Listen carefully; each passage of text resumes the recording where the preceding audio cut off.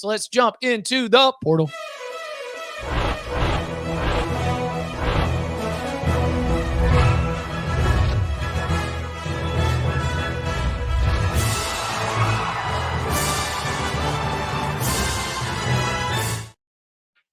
So y'all know the small domino, big domino meme? Everybody knows what I'm talking about here. Small domino, Caitlin Clark absolutely cooks LSU's Haley Van Lith in an Elite Eight game. Big domino, Carson Beck goes to Miami. Follow me here. Because Haley Van Lith then goes to TCU, cutting into the Cavenders playing time. She transfers to Miami. Boom. Now we've got Carson Beck at Miami. Danny, are you and Carson going to be tight? Or are you expecting you'll run into him around town? You guys know the story well of our morning show, the CBS Sports HQ college football pregame show, going out to dinner on a Friday night on a Georgia bye week and running into one Carson Beck and Hannah Cavender. I was not there. Mackenzie was, Jordan was, and Damian was. If he hangs out in Fort Lauderdale, which maybe there's a chance he does, maybe I do run into him. That's my old stomping grounds. Do you guys think this is going to work the way they think it is? Ooh, like, the way they how think do it we is. define what they think it is? Yeah. The way they think it is an interesting Run way it back. Another 10-2, right on the verge of playing in the playoffs. And if it works great, he's in. I would push back seriously against that. I have my concerns about this move for the Miami Hurricanes. I don't think it works. They have to do a lot of rebuilding. Well, there's no Clemson. Okay. They'll be favored in all 8 ACC games. Will they be favored at Florida State? Yeah, I think probably. So. Okay. Wow, you guys are just not abandoning by like shit. a ton, but like they have better players than FSU does. So, and maybe better coaching staff, depending kind of what you think about Mario. But like Florida State just went 2-10, so obviously like there's not much candle to hold there. Yeah, but they definitely have a lot better players. Like talent wise, I don't think it's really that close. There'll be dogs at home to the Irish, depending on what happens with QB, like for Notre Dame, but not big dogs. And they get the Gators in Miami too. Like there's a chance Miami's favored in 12 games. I definitely think they can go 10-2 again. For me, the bigger it sounds question, like you buy it. I think they could go 10-2 if Carson Beck is just like a top 3 quarterback in the ACC. I just don't think the ACC schedule for them is that challenging. And I don't think that he's going to replicate Cam Ward's numbers. No. I don't think Miami is going to be the top offense in the country. No. But there is 100% a chance, especially when you consider the way that Mario Cristobal tries to build out his offensive line and tries to like set this thing up so that he can have some protection and play within the rhythm of the system. Then yeah, he could go out there and he can put up some big numbers. I don't know if Carson Beck is your take you over the top quarterback. I think he can maintain the success that they've had. I think you look at the situation, the 2 biggest question marks to me would be his arm, first of all. Like just coming back from surgery. Yeah. Coming off the surgery, like how's his arm going to be? Like, is he going to have the same zip and all that kind of stuff he had before? The fact that like that Notre Dame game is the first game of the year.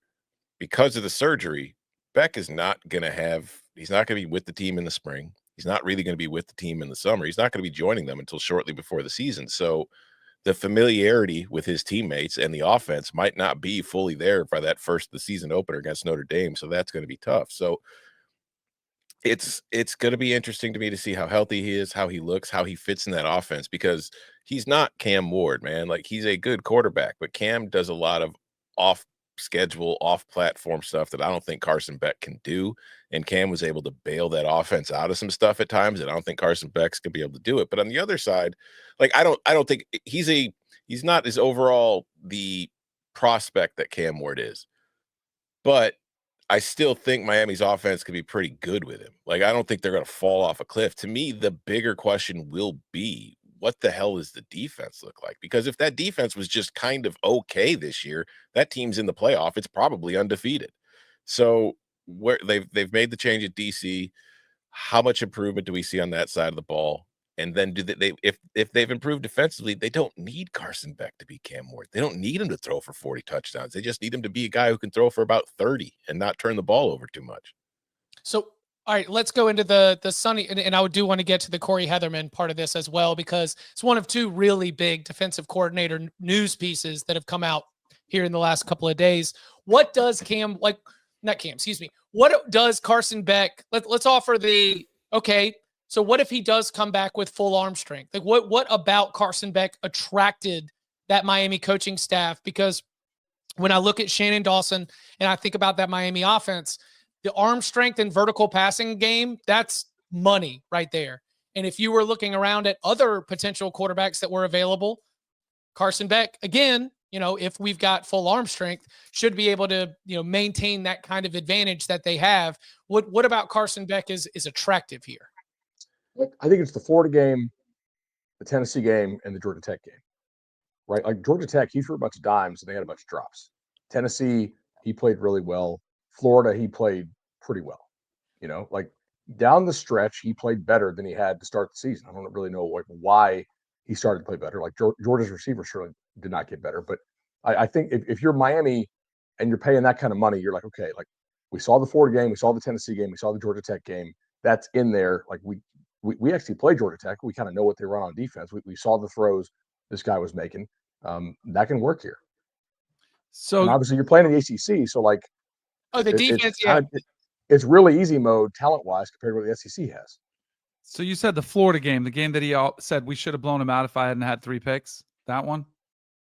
And he also threw for 8 yards per attempt and like 300 yards. Like that, like Georgia couldn't run the ball this year. Miami's run game, Miami's O-line is a lot better than what Georgia's been running out. Oh, like Georgia had their pick of the litter struggled recruiting wise.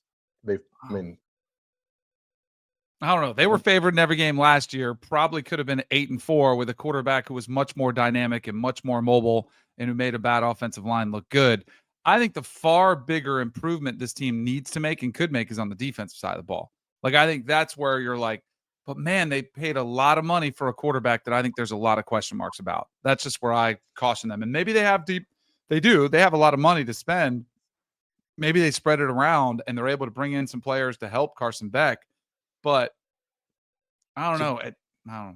To be fair, I had a lot of question marks about Cam Ward when they went and got him. Like, we hadn't seen him playing at this level. We'd seen him make a lot, and it turns out like a lot of the mistakes he made at Washington State were just based on the fact that he had to do everything by himself and he just kind of forced things. And at Miami, he didn't have to force things as much. And we saw Carson Beck 2 years ago when he had weapons and he had a run game. He looked pretty damn good for Georgia. This year, without the run game, without Brock Bowers, without Ladd McConkey, without a reliable wide receiver, he didn't look that good. So if he goes to Miami and they can give him a run game and they can give him reliable targets and he's healthy, maybe we see a return to the 2023 version, the guy that we were talking about as a possible first-round pick. Yeah. Are they bringing in Brock Bowers and Ladd McConkey? They should. If they could, I mean, I think it's going to be hard to get Brock to leave the NFL, and Ladd's had a pretty good season, but if you've got that money, maybe you can sway him. I don't know. What about the money that's being spent on Corey Heatherman, the new defensive coordinator? He comes over from Minnesota. What do we make of the hire for the Hurricanes? It's a pretty drastic change in terms of like how aggressive you're going to be. Yeah. We're going from let's blitz every damn down let's to keep it all let's in front just of drop 8 all the time. Right. Yeah, I mean, clearly, like you heard Lance Guidry, when it works, it works. It's great. But like there were a lot of times last year where they were being aggressive and they were getting burnt to a crisp because of it, because their secondary just couldn't hold up, but they never adjusted. So clearly, I mean, this could be like, you see a lot of times when you fire a head coach in any sport, you go from like the player's coach to the disciplinarian. You go the opposite. I feel like this is just kind of like Mario, like, well, I don't want to do that again. I'm going to bring in somebody who's willing to just drop into zone and force him to go, red zone roulette on me once in a while. So it'll be interesting to see if it works. Like Minnesota's defense was pretty good considering they didn't really have elite players. Like Coy Parrish was awesome for him as a freshman. But other than that, there wasn't really anybody on that unit where I would watch and be like, wow, that guy's a stud. But they still played pretty well overall. So I think it's a hire that makes sense. Will it work? I don't know. I still think they need to improve that secondary quite a bit. I mean, you've got athletes rally to the ball. I mean, it's Yeah. like that. It it makes sense. It feels like an improvement, but I was also bullish on Guidry too. I thought that when you had the pass rushers that were on the roster, and I know that they dealt with some injury issues, especially along the defensive line all through the year, but I felt like that was something where they were going to be able to really cause some problems in the ACC, especially coming out of the way that they played in the opener up in the swamp against Florida. But then it did not take long. I mean, Virginia Tech shreds them for a whole bunch of yards, whole bunch of points in late September.